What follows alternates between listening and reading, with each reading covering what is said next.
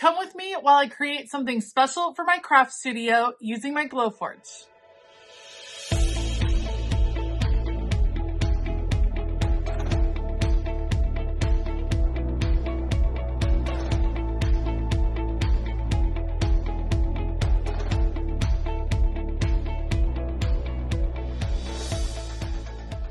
Hey y'all, I'm Elisa, the Scrappy Wife behind ScrappyWife.com, and welcome back to Glowforge Week over here on my YouTube channel.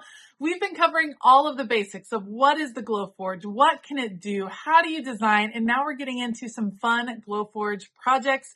Today I am working with wood. Wood is one of my favorite things to use in my Glowforge. I love the way it smells, I love the way it looks, and I love all of the things that I can create.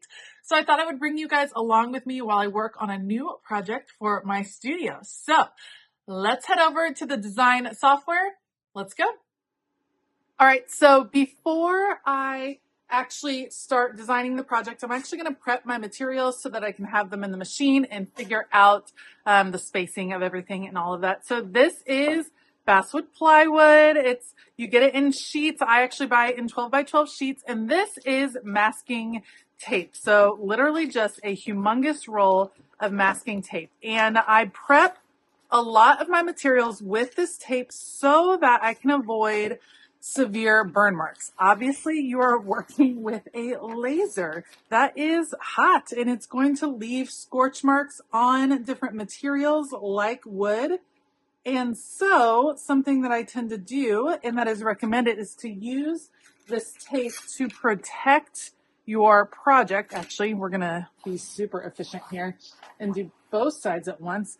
Use this tape to protect your project so that you can avoid those marks. So you simply cover it. Does it affect the ability to cut? No, this is just something that at the end you will have to remove. And you've seen me do that with the acrylic that I use. It's something that you just peel off at the end after the project is cut. Some tips: you don't want to have any excess like hanging off. So for instance, over here on the edge, just a little bit wider than necessary. So I'm just going to use my craft knife and cut that off. You also want to make sure it is nice and secure. So I'm going to take it, press down really well on both sides, and now it is ready to go. So I'm going to do the same thing with 3 other pieces. So I have 4 total pieces to use, and then we will head over to the design software. Okay, so we are going to head on over to the design software that you see right here. And for a while now, I have been making planner charms in my shop that are available over in my online shop. And I thought it'd be fun to create some sort of display for them. So when I was looking through all of the different designs available, I saw this 2-tiered keychain stand box with open base. So I'm actually going to go ahead and open this, and I have sized this down to fit on my particular piece of material. We're going to do a little experiment. So I did a lot of fancy math to hopefully make this still work. So this is actually 2 parts. When you have multiple parts in your Glowforge design, you can click up here, part 1 of 2. There's 1 cut, there's the second cut.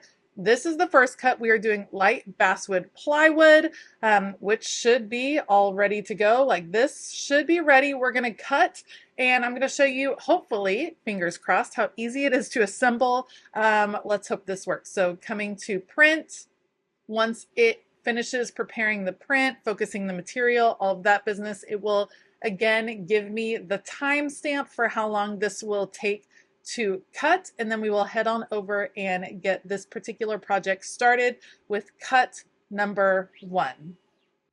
All right, looks like 3 minutes, 59 seconds. We should be ready. I'm going to go ahead and press go.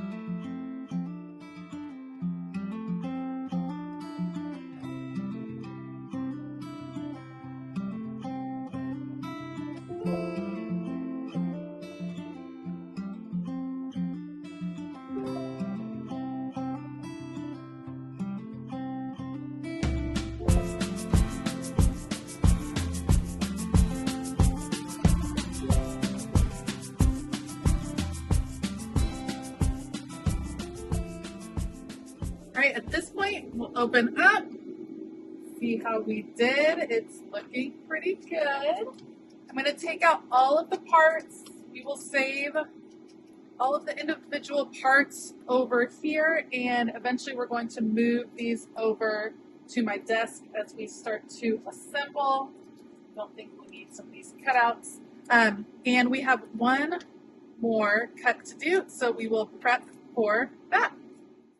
All right, so we are ready to move on to cut 2. So I'm going to come over here. Again, this is resized from its original sizing because we're just doing a scaled down version, and we're hoping that I did all the math correctly and that the scales will work. So it looks pretty good. I'm just going to shift this one up just a bit to make sure it all fits.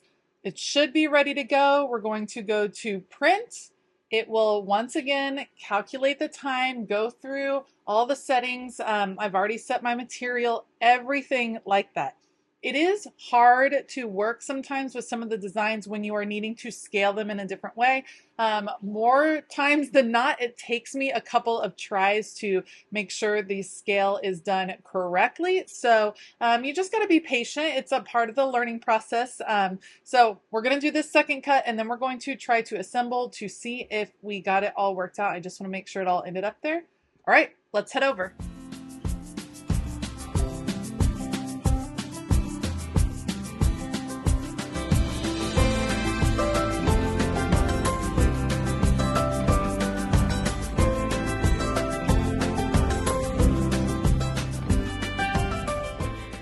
All right, I'm going to remove these pieces, take them over to my table, and then we're going to start to assemble.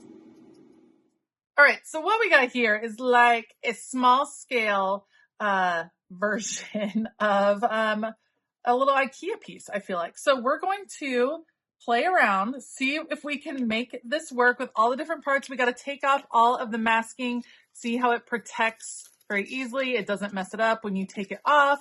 Pretty easy to work with. Let's just see if we can make this thing work. I'm going to put you all on fast forward so you don't have to deal with me trying to figure this out. We can make it go a little bit faster for each of you. Every now and then there's one little part that doesn't quite want to come out, but I fixed it. All right, so I'm going to do that. I'm going to put you guys on fast forward, and I'll let you know how it goes. All right, I'm going to speed this part up a good amount.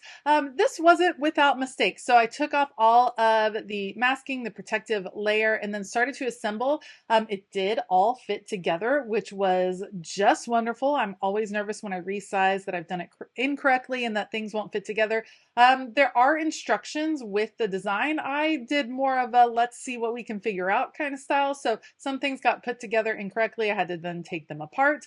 And then we had a big issue. I was nearing the end when I was putting the very large piece of the back on, and it snapped. It snapped in half because I forced it too much. You really do have to be careful putting these things together, especially with a material like this. This is just, a thin plywood. It's not anything crazy, so it's not going to be able to take crazy pressure. And in order to try to fit things in, I was having to put crazy pressure on. So I had to go over, recut my piece, which thank goodness I have the Glowforge to do.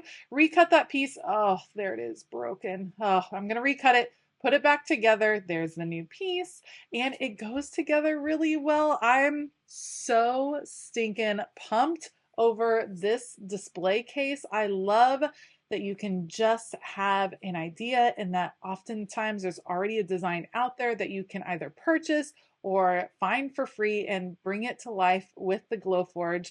I'm super stoked that it all fit together, and what a cute little display for all of my new planner charms. It comes together very nicely, very easily. I had to pull one more that was in the trash. All right, all together, let me show you what the finished product looks like.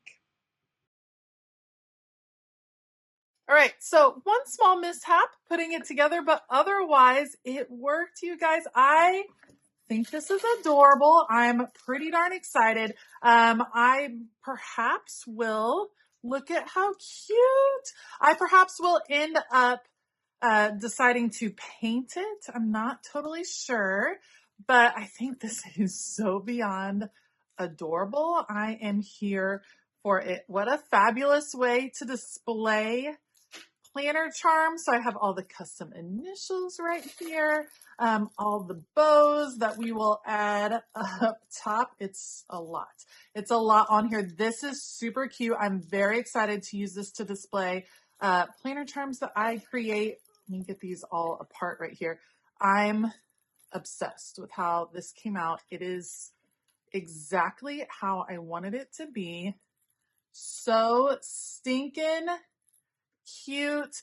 And that's one of the things I love about the Glowforge is that you can just go peruse. It can solve so many issues that you may have, and finding something that's perfect for what you're looking for. Like I was able to scale this down to a size that made sense for me.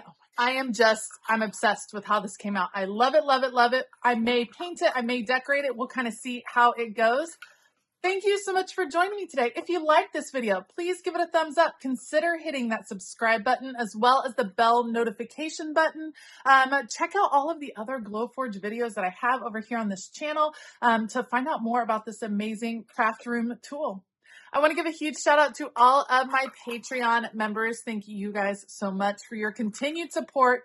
We have a fabulous time. We cheer each other on. We talk all things crafting and planning, and it's a fun place to be. If you haven't checked out Patreon to see what exclusive content is available over there, you can check it out at patreon.com/ScrappyWife. All right. I hope that you have a fabulous day. And as always, keep it creative.